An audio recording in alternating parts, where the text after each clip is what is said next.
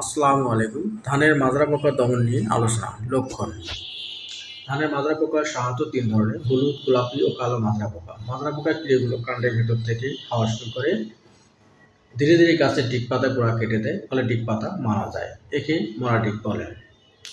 দমন ব্যবস্থাপনা: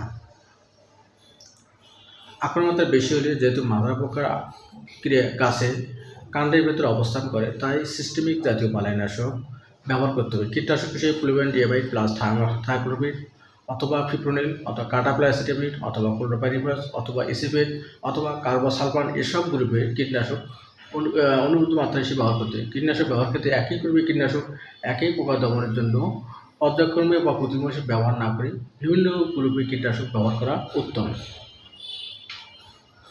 সাবধানতা: জমিতে অতিরিক্ত ইউরিয়া সার বা এলোপাথারি বালাইনাশক ব্যবহার করা যাবে না। করণীয়: 1 নম্বর, সঠিক দূরত্বে ও সঠিক বয়সে চারা রোপণ করতে হবে। 2 নম্বর হচ্ছে চারা লাগানোর পরপরই জমিতে পর্যাপ্ত পরিমাণে খুঁটি অথবা কঞ্চি প্রতিদিন, যাতে পাখি বসে পোকা খেতে পারে। 3 নম্বর, মাটি পরীক্ষা করে সুষম মাত্রায় সার দিন। 4 নম্বর, লাইন লঘু পদ্ধতিতে ধানের চারা রোপণ করতে হবে। ধন্যবাদ। পাশে থাকার জন্য অসংখ্য ধন্যবাদ। ভিডিওটি অবশ্যই শেয়ার করুন।